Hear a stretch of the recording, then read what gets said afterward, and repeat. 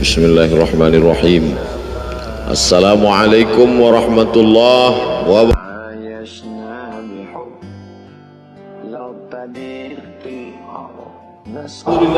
Bi ni'matihi tatimmu shalihat. Wassalatu wassalamu ala sayyidis sadat wa ala alihi wa ashabihi ahli al-fadaili wal karamat.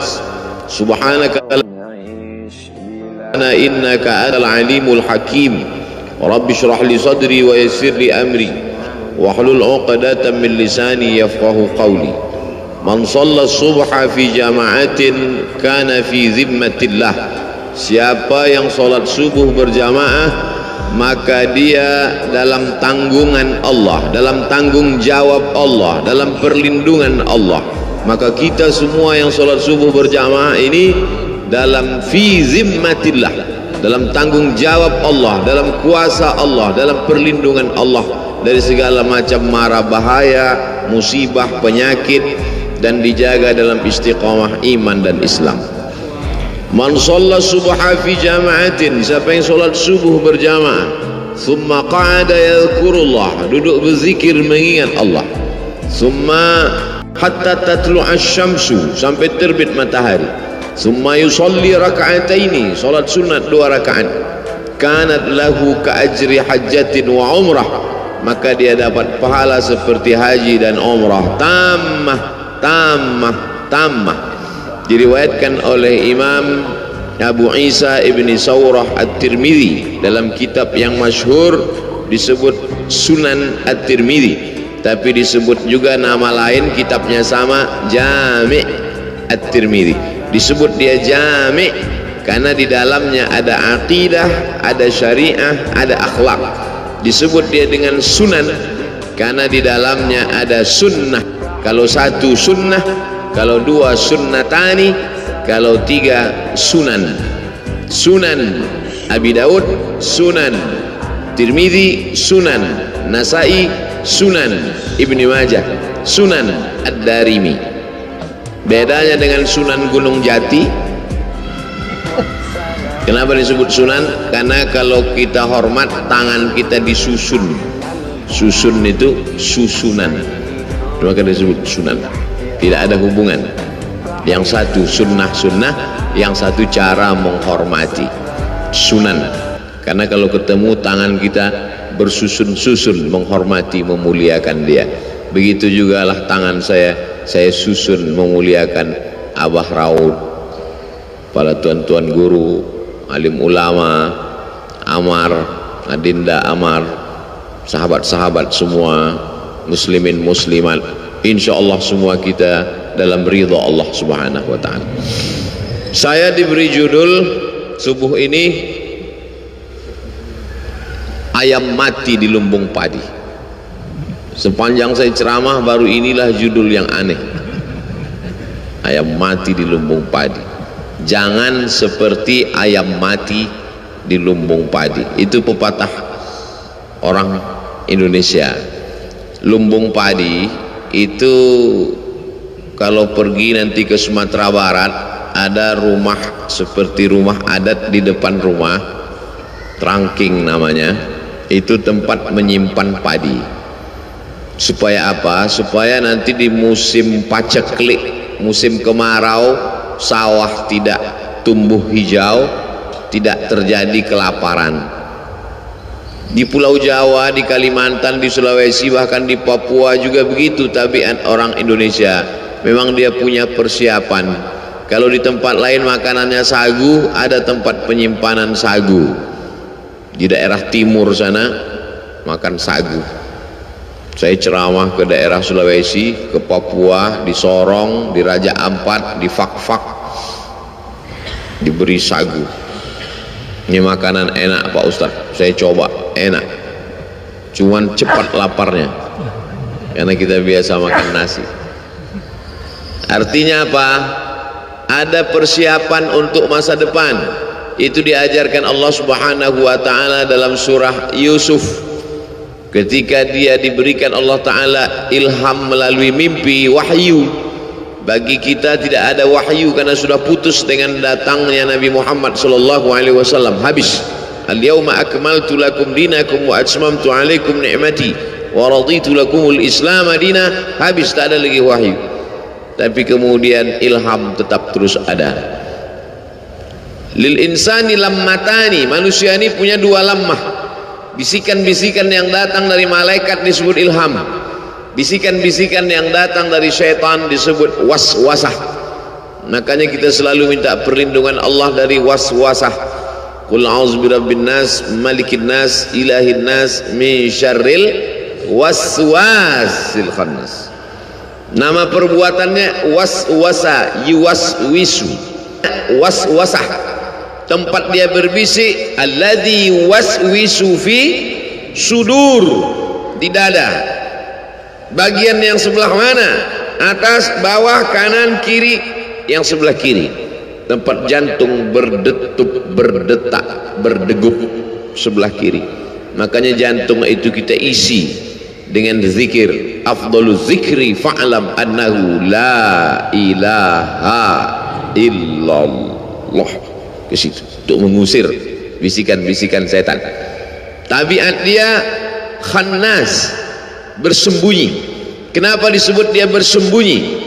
Karena dia mengintai seperti tikus di lubang mengintai kucing.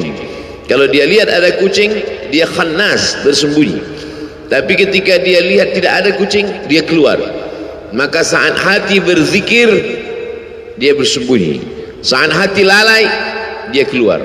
Maka kata Allah, wala takum minal ghafilin, jangan kau lalai. Kun ma'allah, selalulah engkau bersama dengan Allah. Selalulah engkau bersama dengan Allah. Kalau engkau tidak bisa bersama dengan Allah, fakun man ma'allah, hendaklah engkau bersama dengan orang. Kalau kau duduk dengan dia, kau ingat Allah. Makanya kalau duduk dengan almarhum dulu, ingat Allah. Duduk dengan Abah Raud, ingat Allah. Saya kalau duduk dengan ulama itu, Pak Ustadz, saya ingat Allah. Alhamdulillah. Tapi kalau saya duduk dengan Ustadz, saya ingat proposal. Oleh sebab itu maka kun ma'allah. Untuk apa? Mengusir khannas yang bersembunyi tadi. Maka kita ini dikatakan dalam tema yang diberikan, jangan seperti ayam mati di lumbung padi. Kenapa ayam bisa mati di lumbung padi? Ayam itu kan mati kelaparan. Kenapa bisa di lumbung padi, tempat penyimpanan padi, menunggu masa paceklik, masa kering, sedangkan orang saja tidak akan mati karena padi itu ada, padahal dia berada di lumbung padi itu. Kenapa bisa mati? Karena dia tidak mau apa bahasa Indonesia, mencotokkan, menggunakan paruhnya untuk memakan padi itu. Dia tidak mau, dia biarkan dirinya mati binasa, tidak mau dia makan padi itu.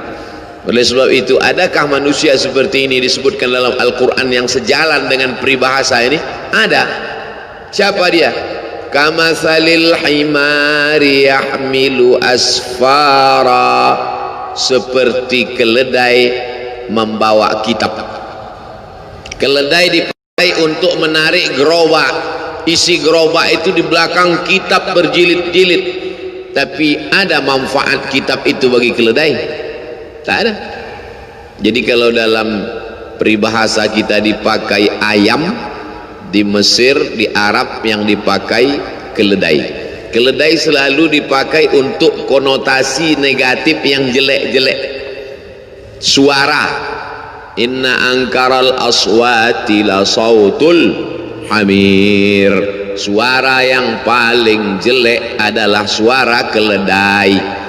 Gimana sih suara keledai, Pak Ustaz? Tulis aja di YouTube, sautul hamir. Tulis di sautul hamir. Jangan sekarang, nanti habis pengajian. Untuk rumah yang paling jelek, la baitul ankabut. Janganlah jadi rumah yang paling rapuh. Rumah yang paling kokoh kelihatannya adalah laba-laba, rumahnya Spiderman, tapi itulah rumah yang paling rapuh. Kenapa? Karena membangunnya susah, menarik getah kayu, disusun demikian indah cantik berangkai, tapi kemudian sekali tarik saja hancur. Perumpamaan rumah paling jelek laba-laba, perumpamaan suara paling buruk keledai. Dan dalam peribahasa kita pun, jangan sampai keledai jatuh 2 kali di lubang yang sama. Sebuah perumpamaan. Maka sesungguhnya yang kita pahami bukan bunyi teksnya, bukan kalimatnya, bukan hewan yang dipilih apakah ayam atau keledai, tapi yang diambil di situ adalah tidak mengambil manfaat. Sebagaimana ayam tidak mengambil manfaat dari padi, padahal sebenarnya padi bisa mengenyangkan dia, menyelamatkan nyawanya, bisa hidup panjang tidak kelaparan, maka keledai juga tak mengambil manfaat dari kitab-kitab, buku-buku yang dia bawa satu gerobak di belakang, tak ada manfaatnya. Kamatsalil himari yahmilu asfara. Dalam ayat lain Allah Ta'ala memberikan contoh, kalau yang ini keledai manusia mulia, tapi apa kata Allah? Walau syi'na la rafa'nahu biha. Kalau kami mau, kami sudah derajatnya. Walakinnahu akhlada ilal ardi. Tapi dia tidak mau naik ke atas. Dia lebih memilih jatuh ke bawah. Wattaba' hawa, diperturutkannya hawa nafsunya. Famathaluhu, ini lebih tinggi lagi. Famathaluhu kamathalil kalb. Perumpamaan dia kata Allah seperti seekor kalb, dog, anjing. In tahmil alaihi yalhas atau tatrukhu yalhas. Anjing kalau kau ambil batu mau kau lempar, dia tetap juga menjulurkan lidahnya, dan andai kau diam tetap juga dia menjulurkan lidahnya. Tapi tidak selamanya anjing disebutkan dalam perumpamaan yang jelek. Ada satu ayat disebutkan anjing beberapa kali ketika anjing bersahabat dengan ashabul kahfi. Apa maknanya?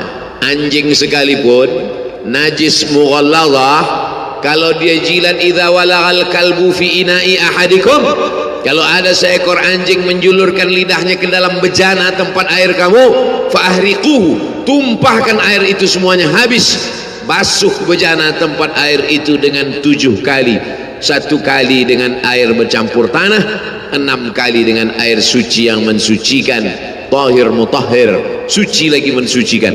Apa maknanya? Anjing yang najis, yang kotor, tapi kalau dia dekat dengan orang soleh, disebutkan Allah Subhanahu wa ta'ala beberapa kali dalam Al-Quran. Kalau anjing saja bisa dimuliakan sedemikian rupa, apalagi makhluk yang mulia. Ada saatnya manusia ini begitu hebat, begitu tinggi, maka kata Allah Subhanahu wa ta'ala, wa idh qulna lil malaikati, kami perintahkan kepada seluruh malaikat, usjudu li Adam, sujud kepada Adam, fasajadu, sujud semuanya, illa iblis, kecuali satu, makhluk yang hina, warnanya hitam, terbuat dari tanah busuk bau, rendah diinjak tapak kaki, tapi begitu ditiupkan Allah, fanafakhtu fihi min ruhi, aku tiupkan ruh ke dalamnya, apa yang terjadi? Faqa'u lahu sajidin. Semua makhluk-makhluk yang bercahaya, yang indah, yang hebat itu sajidin, sujud ke tanah yang busuk dan bau. Kenapa? Allah meniupkan ruh kemuliaan di dalamnya. Tapi ketika dicabut Allah Ta'ala kemuliaan dari tanah yang busuk dan bau itu, apa yang terjadi? Ulaika kal an'am, mereka seperti binatang, lebih rendah daripada kambing, onta, lembu. An'am, binatang ternak. Balhum adal, bahkan lebih hina lagi daripada itu. Jadi saya ingin menjelaskan bahwa peribahasa sesungguhnya sejalan dengan yang dipakai Allah Ta'ala dalam Al-Quran, karena target yang ingin dicapai dari perumpamaan-perumpamaan itu adalah menyentuh hati manusia. Perumpamaan seekor keledai, perumpamaan rumah laba-laba, perumpamaan tentang manusia, perumpamaan tentang ayam di lumbung padi. Target yang ingin dicapai adalah menyentuh Bagaimana cara Allah Ta'ala menyentuh hati manusia supaya kalau sudah hati itu tunduk, yang lain ikut menjadi tunduk. Ala fil jasadi mudghah, ketahuilah dalam jasad ini ada segumpal. Jika salahal jasadu kulluh, kalau yang segumpal ini baik, yang lain ikut menjadi baik. Wa idza salahat, kalau dia baik, salahal jasadu kulluh. Wa idza fasadat, kalau dia rusak, fasadal jasadu kulluh. Ala wahyal qalb, itulah dia hati. Maka hati ini diperbaiki. Di mana letak memperbaiki hati? Satu Indonesia ini orang datang kemari untuk memperbaiki hati. Disinilah lumbung padi itu, disinilah lumbung zikir itu, disinilah lumbung ilmu itu, disinilah tempat para penghafal Quran itu, disinilah tempat wali-wali Allah berkumpul. Tiba-tiba ada ayam kelaparan. Pagi ini Abdul Somad datang kemari untuk mencari padi-padi, karena jiwa yang kering, hati yang kosong hampa, berkumpul bersama orang-orang soleh. Idza marartum biriyadil jannah farta'u, kalau kamu lewat di taman surga, kalau kamu lewat mampir singgah melalui taman surga, farta'u, makan minumlah kamu di taman itu. Kata sahabat, mana ada taman surga di dunia ya Rasulullah? Taman surga itu kan di akhirat. Kata Rasulullah, ada taman surga di dunia. Apa itu? Majalisul zikri, majelis zikir. Jangan sampai ayam mati di lumbung padi. Padi materi, benda, bisa mengenyangkan lambung ayam. Tapi yang kita maksud di sini kiasan bukan padi materi beras, bukan jagung, bukan sagu, bukan beras. Yang dimaksud apa? Yang mengenyangkan spiritual kita. Kalau anak tidak dikasih makan sarapan pagi, dia nanti akan makan makanan yang belum pasti, steril, pewarnanya pewarna tekstil. 3 hari tidak basi karena ternyata pakai pengawet. Bukan cuman pengawet itu mengawetkan makanan dia awet sekalian gara-gara pengawet terlalu banyak.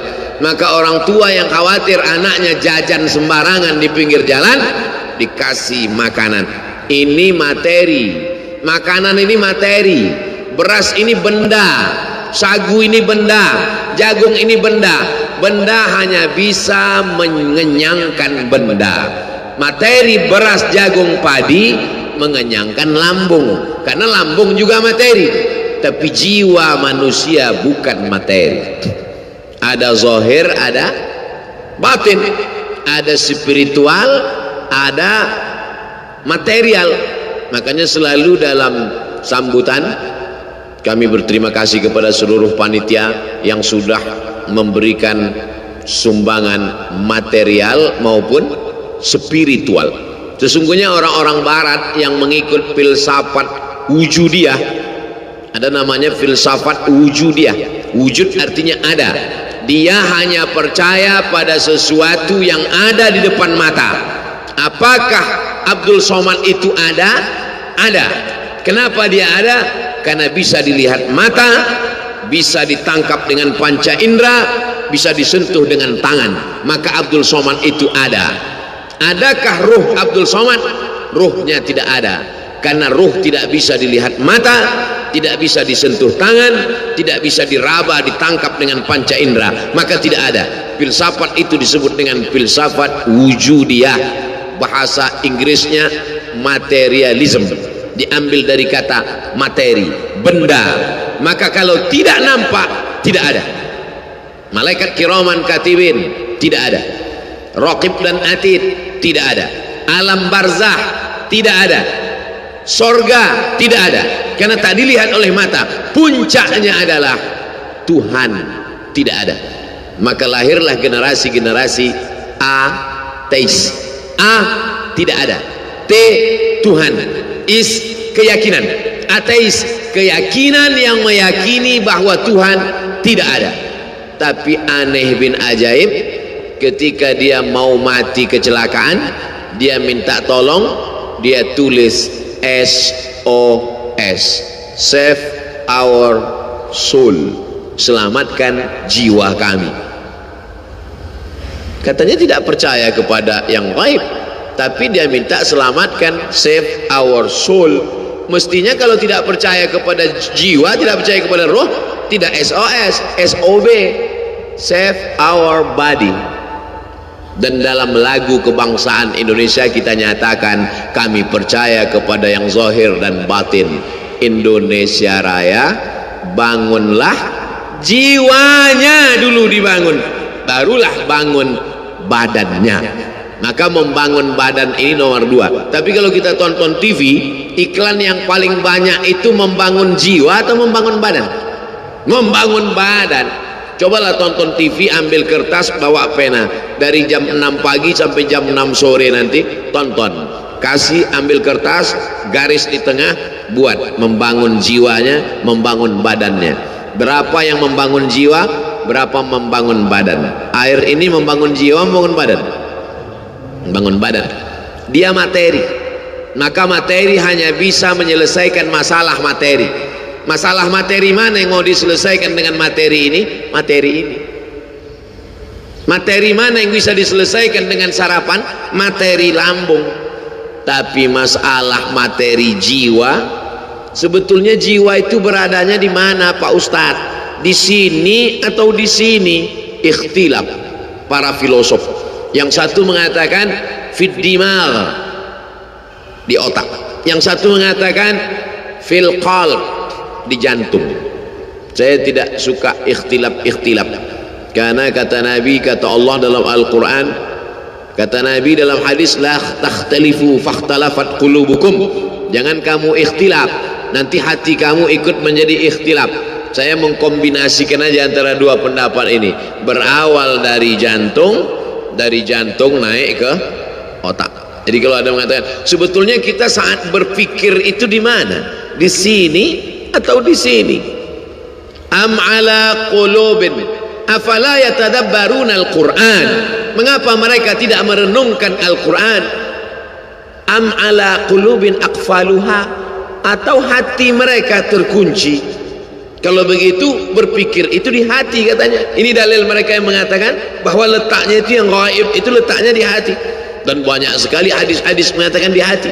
Tapi banyak orang selalu mengatakan marilah kita berpikir. Pernah nggak orang ngomong marilah kita berpikir? Think, marilah kita berpikir. Lalu saya temukan ada pendapat yang mengkombinasikan antara duanya. Kata dia berawal dari jantung, dari kemudian naik ke otak. Sesuai dengan para dokter ahli medis kita juga berkata demikian. Berawal dari degup, detak, sembusan darah di jantung, dari jantung lalu kemudian menyembur ke otak, otak ini disegarkan, lalu dari otak turun ke mata, dari otak ke tangan. Makanya orang kalau sudah bermasalah otaknya, makan otak-otak. Kalau sudah bermasalah di otak, akhirnya bermasalah di lain. Makanya penyakit yang paling berbahaya, penyakit yang paling ditakuti orang zaman sekarang, akibat dari banyaknya lemak, minyak masuk ke dalam darah, akhirnya terjadi penyumbatan saluran darah, lalu kemudian na'udzubillah terjadilah hal-hal mati badan sebelah, stroke dan lain sebagainya. Tapi insya Allah orang-orang yang soleh makannya digaga, apalagi sekarang 10 awal Muharram, bulan mulia, bulan haram, bulan banyak dipakai untuk beribadah. Jangan sampai tinggal puasa sunat 9, 10, 11, nggak bisa 3 hari, 9, 10 saja, 9, 10 pun nggak bisa 10 saja, 10 pun nggak bisa juga, innalillah wa inna ilaihi raji'un. Lalu kemudian kalau dipakai teori-teori Nabi SAW, Nabi itu berbuat itu bukan mengikuti analisa akal, tidak pula mengikuti hati, tapi dibantah Allah itu semua. Wa ma yantiqu 'anil hawa in huwa illa wahyun yuha, wahyu dari Allah Subhanahu wa taala. Maka sesungguhnya saya ingin menjelaskan, materi hanya bisa menyelesaikan masalah materi. Materi hanya bisa menyelesaikan masalah materi. Sedangkan yang dimaksud dengan non materi, membaca materi, Makanya kita Islam ini diajarkan keseimbangan. Jangan kau angkat suaramu tinggi-tinggi. La tarfa'u aswatakum fawqa sautin nabi. Jangan kau angkat suaramu melebihi suara Nabi. Orang Arab Badui yang tidak sopan meninggikan suara di depan Nabi. Turun ayat, la tarfa'u aswatakum fawqa sautin nabi. Maka kata Allah Ta'ala yang paling baik itu pertengahan. La tajhar bi salatika. Jangan kau jaharkan doamu terlalu melambung melengking. Wala tukhafit biha. Jangan pula kau khafi sampai tak terdengar. Wabtaghi baina dzalika sabila. Tapi cari jalan tengah. Makanya umat Islam ini adalah jalan tengah. Umat ini adalah umat pertengahan. Wa kadzalika ja'alnakum ummatan wasata. Yang satu mengatakan Nabi Isa itu dinaikkan ke atas terlalu tinggi. Wa qalatil yahudu Uzair bin Allah wa qalatil nasara al-masih ibnullah. Al-masih anak Allah, terlalu tinggi. Yang satu pula Yahudi mengatakan Isa anak zina. Mereka tuduh Maria berzina dengan Joseph si tukang kayu. Anak zina, jatuh ke bawah, rendah, hina. Makan abuki mura'asauin. Bapakmu bukan preman, orang jahat. Wa makanan ummuki baghiyah. Ibumu bukan baghiyah, wanita tunasusila. Datang orang Yahudi menemui Maryam yang baru saja melahirkan anak. Makanan qasiyah. Dia tidak tahan mendengar buli-buli. Mengapa dia punya anak tanpa suami? Kenapa dia bisa hamil? Membuli. Habis dia dibuli, akhirnya dia pergi mengasingkan diri. Makanan qasiyah, di tempat yang jauh dari Palestina. Nah, jadi di antara yang suka membuli ini Yahudi. Jadi kalau ada suka membuli ini otak-otak Yahudi. Maka larilah Maryam. Jadi kalau mau belajar dari bagaimana Maryam dibuli orang, bagaimana cara dia, pergi lari. Kita sekarang kalau dibuli orang nggak perlu lari, cukup matikan handphone. Lalu kemudian dasar pembuli, orang sudah lari, ternyata mereka datang ke sana. Mereka datangi langsung. Apa kata mereka? Makanan abuki mura'asauin. Bapakmu bukan orang jahat. Wa makanan ummuki baghiyah. Ibumu bukan wanita tunasusila. Titik. Kalau ayat itu dilanjutkan tidak layak menjadi kitab suci. Bapakmu bukan preman tengik, ibumu bukan wanita tunasusila. Kalau dilanjutkan, mengapa kau punya anak hasil zina? Apa yang dilakukan Maryam? Tarkul jawabi alal jahili jawabun. Tidak menjawab orang yang jahil, itulah jawabannya. Tidak menjawab orang jahil, itulah jawabannya. Apa yang dilakukan Maryam? Fa asyarat ilaih. Maryam cukup menunjuk anaknya. Isa yang terbaring sesosok bayi. Fa asyarat ilaih. Maryam menunjuk anak. Kata Maryam, bayangkan tiba-tiba kalau datang orang sedang membuli. Kenapa kamu bisa hamil nggak punya suami? Bapakmu bukan orang jahat, ibumu juga bukan wanita tunasusila. Kenapa kamu bisa punya anak haram? Oh, makin marah dia. Apa kata mereka? Kaifa nukallimu man kana fil mahdi sabiyya? Kaifa nukallimu man kana fil mahdi sabiyya? Kamu suruh kami bicara dengan anak kecil ini. Bagaimana kami bisa bicara dengan anak ini? Disitulah Allah Ta'ala menunjukkan mukjizatnya, seimbang antara zahir dan batin. Yang dilakukan oleh Maryam itu adalah zahir, menunjuk anak. Tapi yang dilakukan Allah adalah batin. Islam mengajarkan seimbang antara zahir dan batin. Jangan orang hanya batin saja. Innallaha la yanzuru ila ajsamikum.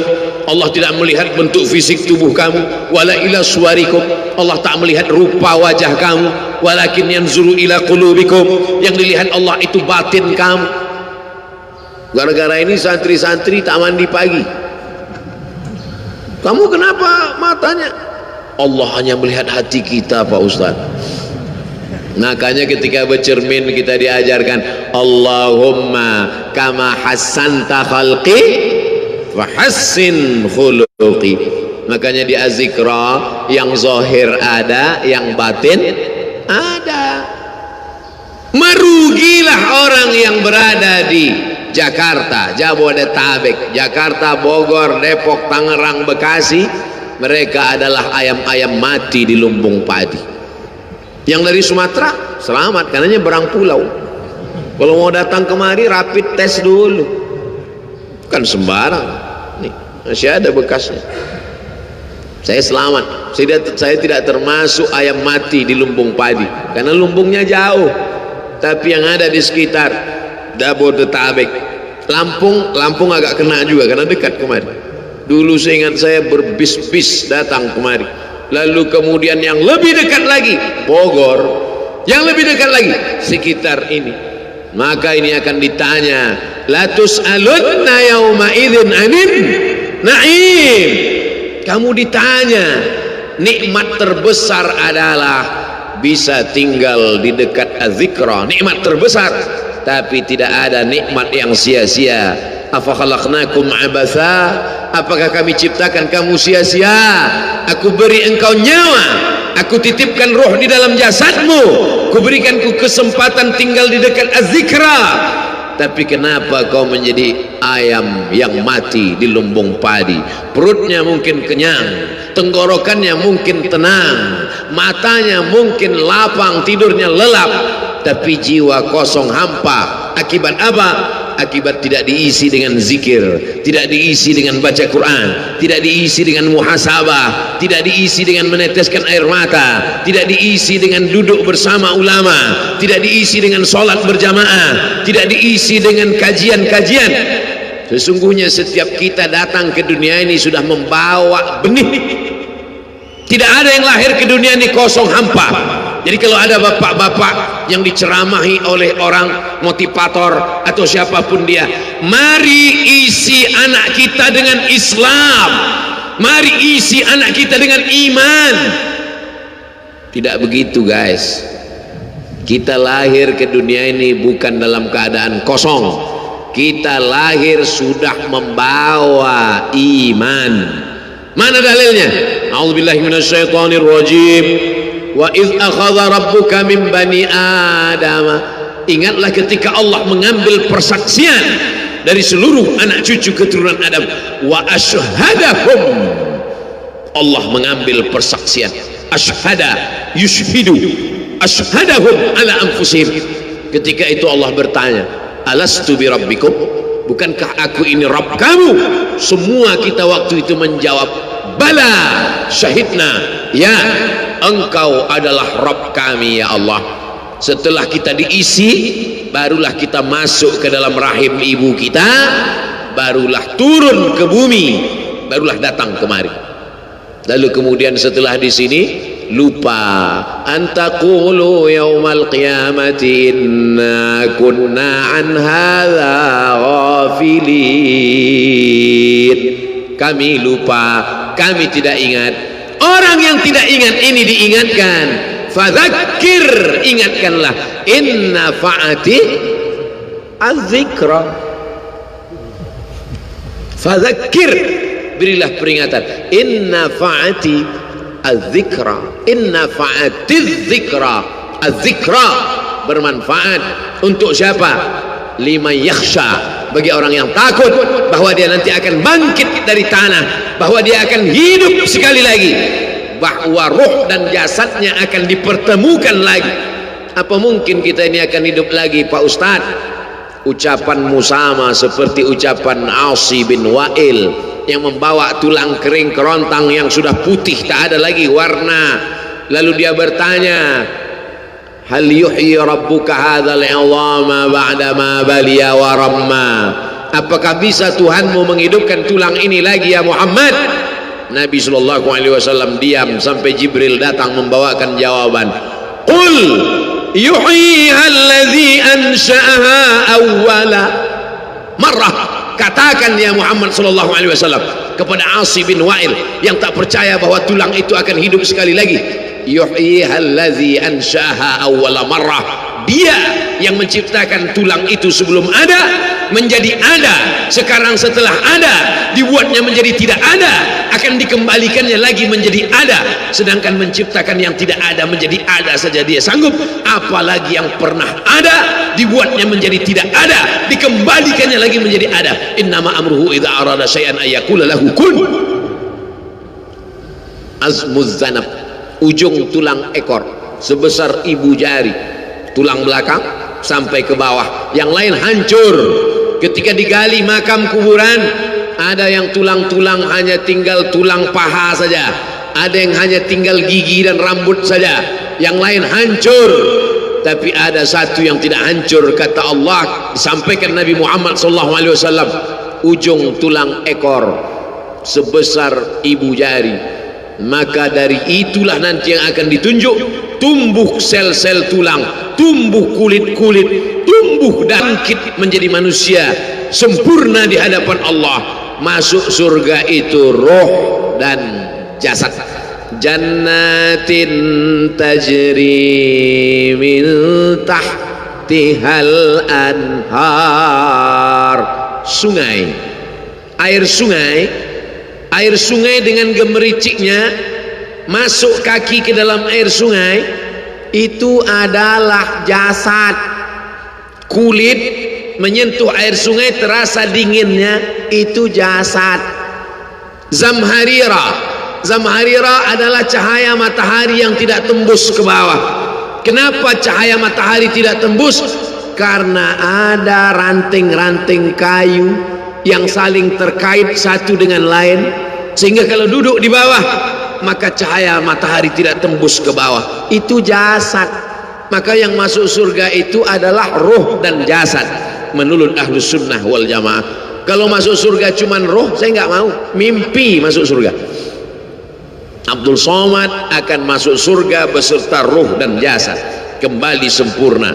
Makanya kata Nabi, la yadkhulul jannata ajuz, tak masuk surga orang tua. Menangis semua orang tua, sedih karena tak masuk surga. Nabi tersenyum, kata Nabi, bukan kamu tua tak masuk surga, kamu akan kembali muda usia belia, 30, 31, 32, 33. Karena masuk surga itu adalah orang-orang muda, anak-anak muda yang bisa menikmati dunia. Begitulah mereka masuk ke dalam surga. Apa makna ucapan Nabi itu? Ruh dan jasad masuk ke dalam surga Allah. Lagi-lagi kita sedang diajarkan keseimbangan, bahwa kita lahir membawa iman, tapi iman ini bisa mati. Benih letakkan di tanah pasir kering kerontang, tidak disiram, mati dia, kering. Bagaimana menghidupkannya? Dihidupkan dia dengan ilmu. Tidak ada majelis ilmu yang paling banyak untuk saat ini, majelis ilmu di Az-Zikra. Semua ustadz didatangkan kemari. Ustadz Tengku Zulkarnain, Abah Raud tidak usah disebut lagi, memang beliau guru dari almarhum, Masya Allah tabarakallah. Lalu kemudian para masyaikh, Ustadz Adi Hidayat, Buya Yahya, tak dapat disebutkan satu persatu, Kiai Haji Abdullah Gimnastiar, para alim ulama, alumni Al-Azhar Mesir, alumni dari Yaman, Tarim Hadramaut, Darul Mustafa, Rubat Tarim, berdatangan kemari semua. Majelis ilmu, majelis ilmu. Lagi-lagi ayam mati di lumbung padi. Apa sebenarnya yang terselit dari peribahasa itu? Iman mati karena tidak disirami dengan ilmu. Ilmu, ilmu, ilmu. Datang seorang jamaah menemui saya, Ustadz Somad, saya kena penyakit insomnia, gak bisa tidur malam. Jam 2 malam mata saya masih berkedip-kedip. Bismika Allahumma ahya wa amut, gak mempan. Sebabnya apa Pak? Sebabnya saya beli tanah. Setelah beli tanah, tanam kelapa sawit, dipupuk, dijaga, 3 tahun berbuah. Pas mau dipanen, sudah dipanen orang duluan. Ternyata tanahnya bermasalah, dibawa ke pengadilan, dia yang menang. Akhirnya sampai jam 2 malam gak bisa tidur. Apa yang terlintas dalam pikiran? Kenapa beli tanah, kenapa tanam sawit, kenapa beli tanah, kenapa tanam sawit, kenapa diambil orang, kenapa dulu gak ternak ikan aja, kenapa gak ternak puyuh. Berbulan-bulan gak bisa tidur. Akhirnya pergi ke psikiater. Pak psikiater, ya saya sudah 2 bulan nggak tidur Pak psikiater. Akhirnya Pak psikiater buat resep. Ini obatnya, yang ini dimakan sebelum makan, yang ini dimakan setelah makan, yang ini 3 kali, yang ini 2 kali. Akhirnya memikirkan resep itu, makin nggak bisa tidur. Dimakan, tertidur. Dosisnya habis, terbangun. Kenapa beli tanah, kenapa tanam? Setelah dimakan, muncul masalah baru. Terlalu banyak makan obat, terjadi kekacauan tubuh. Akhirnya kena buah pinggang, muncul masalah baru. Sampai akhirnya saya ketemu MP3 Ustadz. Saya dengarkan sebelum tidur malam. Begitu saya dengar, saya tertidur. Makanya saya tidak marah kalau ada jamaah tertidur. Itu menunjukkan jiwanya tenang. Karena dia tidak kena penyakit insomnia. Orang Amerika, orang Eropa, mobilnya mewah, apartemennya cantik, rumahnya megah, duitnya banyak, dolarnya bejibun, nggak bisa tidur karena masalah hidup dunia. Kita naik angkot kelewatan gang. Itu menunjukkan apa?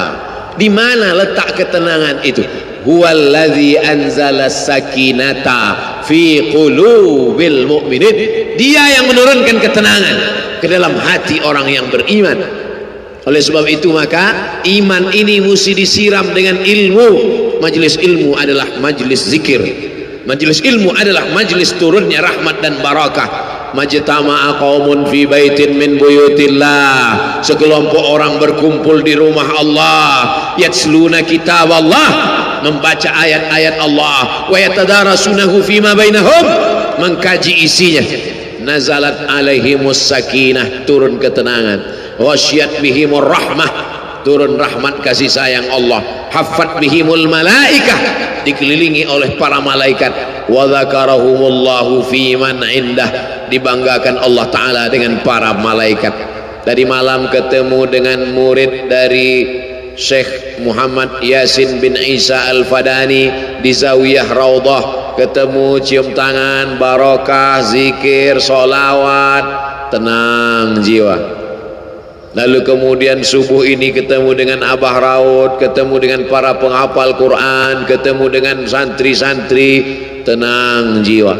Tidak ada yang menenangkan jiwa ini selain daripada majlis zikir, majlis ilmu. Betapa meruginya ayam-ayam mati di lumbung padi. Benih tidak disiram, mati. Benih yang disiram dengan majlis ilmu tumbuh tapi tidak berbuah. Maka mesti disiram pakai pupuk buah. Datang konsultasi, ini kenapa tidak berbuah? Kenapa ini tidak berbuah? Karena ternyata dia mesti diamalkan. Sudah dapat ijazahnya, sudah talaqi, sudah halaqah, kenapa enggak berbuah? Belum diamalkan. Paksa-paksakan diri sebelum tidur malam, wudhu dulu, sholat witir. Paksa-paksakan diri bangun malam, tahajud. Paksa-paksakan diri siang, sholat qabliyah, sholat ba'diyah. Paksa-paksakan diri pagi, sholat duha. Paksa-paksakan diri, sholat subuh berjamaah. Barulah dia berbuah. Kalau dia tidak berbuah, dia hanya sekedar pokok kayu yang hanya membuat sampah saja. Tapi paling tidak tempat orang bernaung di bawah ketika panas, tapi manfaatnya tidak sesuai karena yang ditunggu itu buahnya. Masa pohon kayu rindang besar tidak berbuah sementara semangka yang kecil buahnya besar? Oleh sebab itu maka mesti berbuah. Benih disiram, berbatang, berputih, berbuah. Buahnya ranum, cantik dan indah. Begitu dibelah tak bisa dimakan. Kenapa? Ulat semua isinya. Oleh sebab itu mesti dijaga. Benihnya disiram. Apa yang bisa menjaga ini? Diprotek dia. Kenapa apel tidak dimakan ulat? Bukan karena ulat tidak sanggup beli apel, tapi karena disemprot pestisida. Ulat tahu ini ada pestisidanya, maka dia tidak makan. Kita nggak tahu, dimakan. Ikan asin tidak dikerubungi lalat, tidak ada satupun lalat yang hinggap di ikan asin. Kenapa?